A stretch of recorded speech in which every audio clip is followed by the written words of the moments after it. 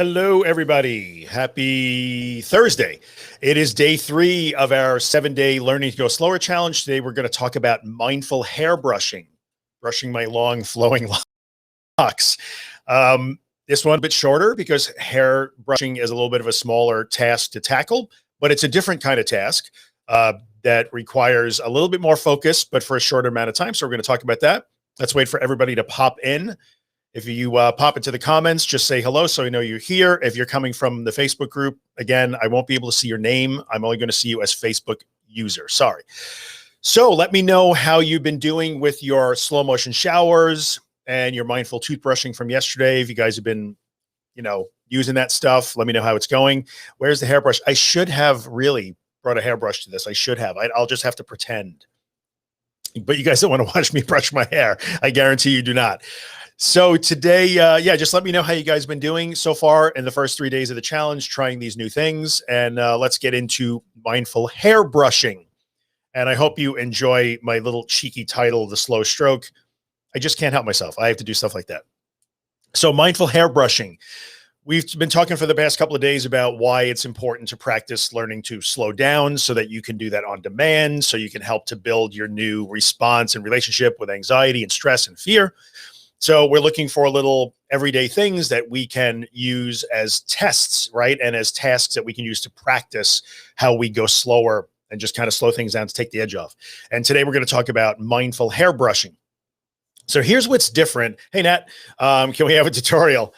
No, you can't have a tutorial. But so here's the deal with mindful hair brushing. This is why it's a little bit different. When we talked about using the slow motion shower, and we talked about mindful toothbrushing in the last 2 days, those are things that have multiple components. So a shower is built of multiple components. Hey, guys, you have to turn on the water, you have a washcloth, or you have soap, you have shampoo, you have a towel, you have a bunch of stuff, right?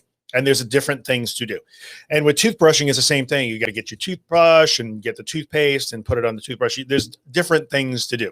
So yesterday we talked about breaking those two more complex things, a shower and toothbrushing, into their smallest little discrete components, right? And focusing on those.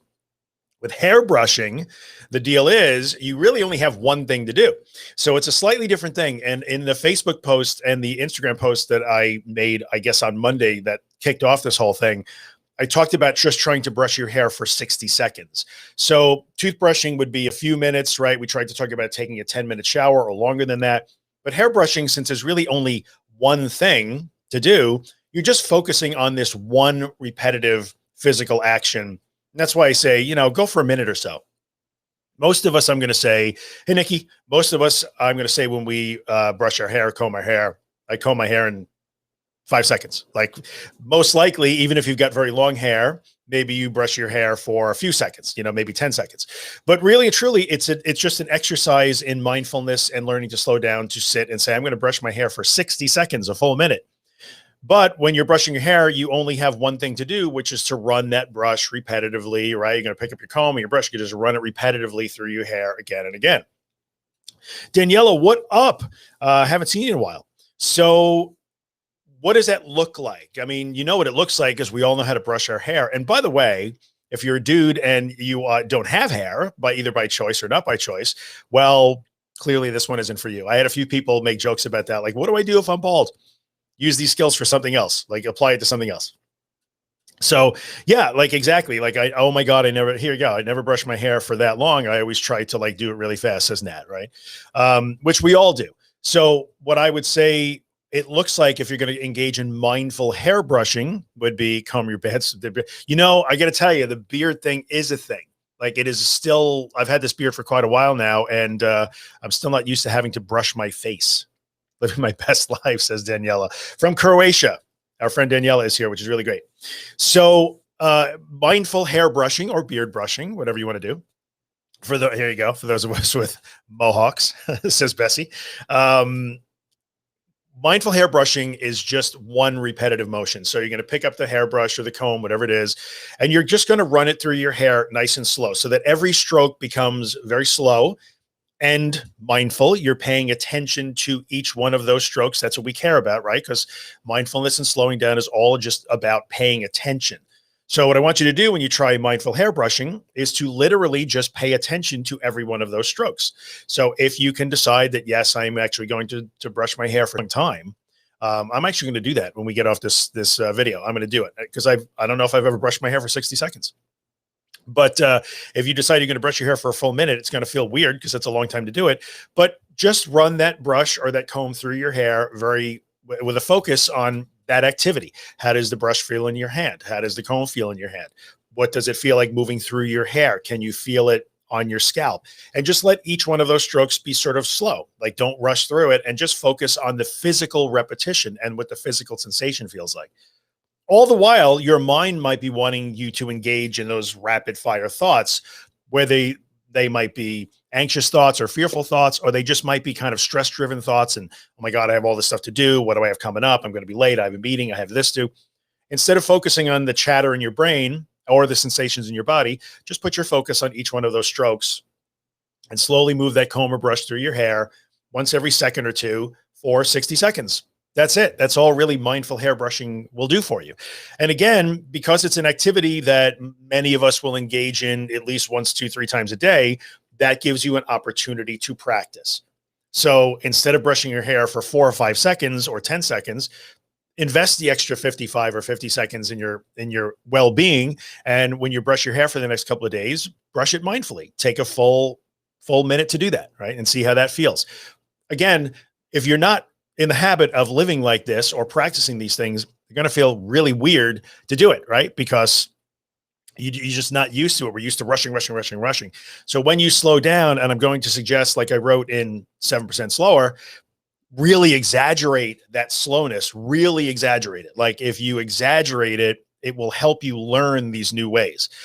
So again, what I wrote in the book is, if you want to try and go 7% slower, which I know you can't, you have to practice going 13% slower so that you actually get to 7. So really slow it down and allow it to feel weird. If you feel weird brushing your hair for 60 seconds, then that's okay. Feel weird. Just practice it. Try it. So let's see. Oh, Mia's here. What up? Mia's on board with this mindfulness practice. I dig it. Mia can use this mindfulness practice. I know she can. In fact, I will be on Mia's podcast. She has the Shit We Don't Talk About podcast. So if you go to miavoss.live/podcast, I'm going to be the next guest next week. And we're talking about 7% Slower and how Mia got really low grade obsessed because I called her out with all of her rushing habits. Loving me. So yeah, let's talk about that. So let's hear, how have you guys been doing? Tell me what's going on. I'm going to look at some comments here. This one's going to be a little shorter because there's a little less to talk about. We're a little further into the challenge, so we know what the concepts are here. I never brush my hair for that long. Comb your beard slowly. You can probably add doing your hair too. Oh, I missed this. This is a good comment. You can do that. So you don't have to just use your brush. Like, if you want to really take it to another level and amp it up a little bit more, why not turn it into a whole thing, right? So if you put mousse in your hair or gel or whatever it is you guys put in your hair, yes, take your time and do that slowly too. So the cool thing about this little 7-day challenge is, yeah, it's a 7-day challenge to sort of get you introduced to these sort of concepts. But I like what Bessie said here, because you can actually start to do these things all the time. That's because this crazy guy from New York tells you to do them, but start incorporating that anytime you can. So I know Bethany is here, and earlier Bethany was talking about dishwashing. Like, dishwashing is a thing that she rushes through. I would rush through the dishes too, because I hate doing dishes. But that's an opportunity to say, oh, I'm rushing through this. Let me slow that down. Let me actually be mindful here. So any chance you get, it's good to practice this stuff. So let us see who else we have. I'm sorry that it doesn't show me names. There's a link I could send you guys to in the group. I'll post it that lets Restream see your name. Feeling great at the moment. At work, very busy, and we are understaffed. Normally, I would get stressed and rushed. Very good. I'm going at a steady pace, even though everyone is running around me. So that's excellent, because just because everybody else around you is running like speed demons doesn't mean you have to. And really and truly, if you slow things down and operate mindfully and deliberately in your work while everybody else is in freak out mode, you're not really going much slower than they are from a practical standpoint, right? They might be going a few seconds faster here and there, but in the end, you're going to be more effective. This morning, I narrated a few chapters of 7% Slower, and one of the chapters is the benefits. And when you learn to do this, the benefits in your life. And that is one of them. That comment about everybody else is losing their shit at work and you're just calmly getting things done. Yes to that. I'm here for that. That is one of those benefits. And it probably makes you a little bit more effective as a member of your team, and it just makes you better at your job. Really? I hope I never need to brush my beard, but we hope so too. That would be a sad day for all of us. Let's see here. What else we got? I'm just going to look. Sorry for the spelling mistake. It's all right, Nat. Don't worry about it. I remember this with washing my teeth. So Daniela has already done this in Croatia with her toothbrushing. What does Nikki have to say? I know, Nikki, you're kind of new to all this, so I'm happy to see you joining in. It was very strange doing the toothbrushing in my bathroom today. I am the one who normally empties the dishwasher while doing my teeth. All right. So you actually brushed your teeth in the bathroom or whatever room that was going to be. Good job. Good job not like subjugating your toothbrushing to the dishwasher. We end to the tyranny of the dishwasher. Good job. Let's see here. We talked about that yesterday, back and forth. It's hard not to engage. The hamsters always go, yes, yes, yes, yes, yes. Let's see here. If you give yourself a head massage, okay. Here's another benefit of this. Like there's all kinds of benefits here, right? You're not only learning skills and learning to slow things down, which is, as we know, so useful, but a head massage could be relaxing. I've never thought about that, to be honest with you. I'm just not a head massage kind of guy, but maybe I should be. I don't know. Let's see. Leslie's here. What up, Leslie? Waiting for the audiobook because I'm too busy rushing around to sit and read a book. Am I doing this right? Yes, because if you finish reading the book before everybody else, then you win. It's a race. Leslie and I talked about that the other day. Let's see here. I get in the zone. It's more dissociative. Okay. So Bethany is a pro hair brusher. I love it. Brushing hairs that bristles. Oh, okay. Here's somebody who clearly enjoys the hair brushing thing. Maybe a little too much, but we don't judge. It's totally cool. You do what you need to do. Delicious. That's a hell of a way to describe brushing your hair. But if that's what your thing, I'm here for it. It's all good. Let's see. What up, Dave? I'm taking a shower last night, got close to the 10-minute mark, started having a bout of anxiety. Let's put it on the screen. I can put it on the screen. I could do that. We have the technology here. I was taking a shower last night, got close to the 10-minute mark. I started having a bout of anxiety, bad thoughts. I was like, I can't get out of the shower. Very good. Stay 10 more minutes until the anxiety decreased a little. Excellent job, dude. Exactly what you should have done. Instead of bailing and then deciding that like running out of the shower was what saved you, you stayed in it, rode through it, and let it end. That's a great, great, great job, brother. I cannot ask you to do anything more than that. Really good. Lewis is here. What up, brother? Long time no see. Let's see what we got here. I applied this to my racing thoughts yesterday. Just tried to think about things more slowly.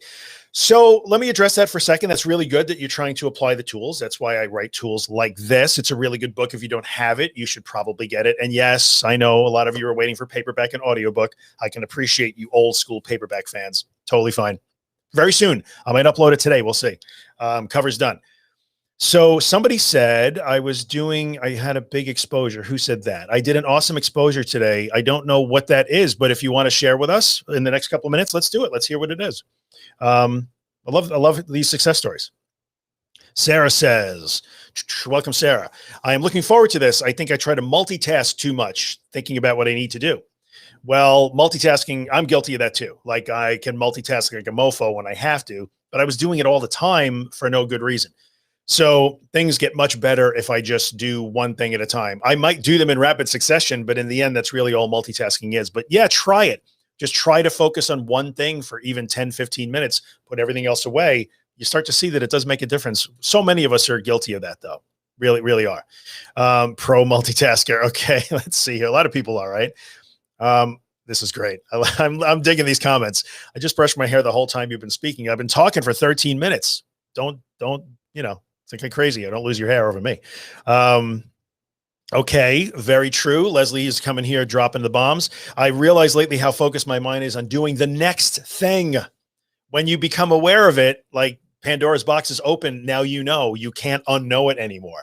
So yes, it is true. Just the act of practicing these silly little things like showering and toothbrushing and hair brushing. And tomorrow, I think we're going to talk about mindful eating, which is its own subject. A lot of people are writing about mindful eating and doing stuff. We're just going to talk a little bit about it tomorrow. But when you start to get into these things, you can't unknow your rushing habit. It's super valuable because it really shines a light on the fact that you are rushing and always trying to think of the next thing instead of doing the thing now that you have to do. So that's a really good comment too. Let's see here. Electric toothbrush. Let's see here. Oh, okay. So this is, I think, our exposure, right? Sorry, I can't see your name. I went for a drive, even though my DPDR was hitting super strong, reminded myself that being uncomfortable isn't the same as being unsafe. Very good. Somebody's been paying attention. That is true. You can be uncomfortable and safe at the same time. Correct. No. Okay. No. Let's see. It's been calming down because my mind is now on something else. Okay, well, I'm certainly happy that we're able to help you calm down, and I'm glad that your panic attack is over because those are crappy experiences that none of us like for sure. Just be careful about trying to use distraction to get through a panic attack. That's not necessarily a good long-term strategy, but what I want you to notice about that, the fact that your panic attack is getting better and ending because you're focusing on the video instead of the panic, is if you notice all the danger that panic seemed to represent to you goes away when you get out of your own head. So that is, while distraction definitely teaches us the lesson of panic and anxiety being kind of a liar, like real fear, but with no basis, we don't want to necessarily use distraction as a long-term strategy. Okay. So let's see here. A lot of comments. You guys are rocking it today in the comments. Eric is here. I'm going to put you up on the screen so I can read it easier. Having crazy anticipatory anxiety about taking my daughter to the movies for her birthday. Happy birthday to her. I literally broke it down, took it second by second, and we had a blast. Brother, I am psyched to hear that. That is exactly how this works. All I have to do is put this key in the ignition. If you got a key, most cars have a button now. All I have to do is take out my money to pay for this popcorn. All I have to do is eat this one kernel of popcorn. When you break things down that way, it can be a little bit exhausting at first because that's not a natural way to live. But if you're new to this and you're using the idea of slowing things down 7% slower, if you will, you have to do it that way. Like, just break everything down into the smallest thing. All I have to do in the world right now is take the next 2 steps to my car. That's it. It's my only job. And then when that's done, all I have to do is open the car door. So, dude, I'm really happy that you use the tools that way. And I'm glad that you had a good day with your daughter. That's big news. Love it. Oh, Hillary's here. Hillary, by the way, Hillary Lauren Jastrom. If any of you are aspiring authors, you need to know Hillary. This is my book editor and my friend. I love Hillary. So I'm glad that she's here. About being uncomfortable, being safe. Yes, one of the key foundational components of everything I've ever done, written, said, posted, is the idea that you can be afraid and safe at the same time. You can be uncomfortable and safe at the same time. You can be uncertain and feel vulnerable and be safe at the same time. It is the foundation upon which all of this, none of which I invented, by the way, is built. And if you guys ever hear something called DBT, which is called dialectical behavior therapy, much of that is based on those premises that more than one thing can be true at the same time. I can be very upset, I can be very emotional, but I can still be okay. Like, that's a core component of DBT, which is one of the CBT variants that we talk about sometimes. All right, folks. So 18 minutes. We went a little longer today. I appreciate all of your comments. I love all of them. Try mindful hair brushing today. Add them to your mindful toothbrushing and your mindful showering, and try to use these concepts as much as you can every chance you get, right? Because the more you practice it, the more you will be able to use these things when the chips are down and you kind of need to use them. So thanks again for coming by. I'm not going to tell you to buy the book. Most of you are getting the book anyway. Paperback is due out hopefully Monday at the latest. Audiobook is, I'll be done narrating, I think, tomorrow. So I'm going to get that cooking on Audible. So by the middle of next week, we'll have a paperback. We'll have audio. The Kindle is still there. It's actually doing very well. Thank you so much for all of your support. I hope this is super helpful for you guys. And I will see you tomorrow, same time, same place. We're going to talk about mindful eating, which basically is chew your food, man. All right. See you guys tomorrow. Thanks for coming by.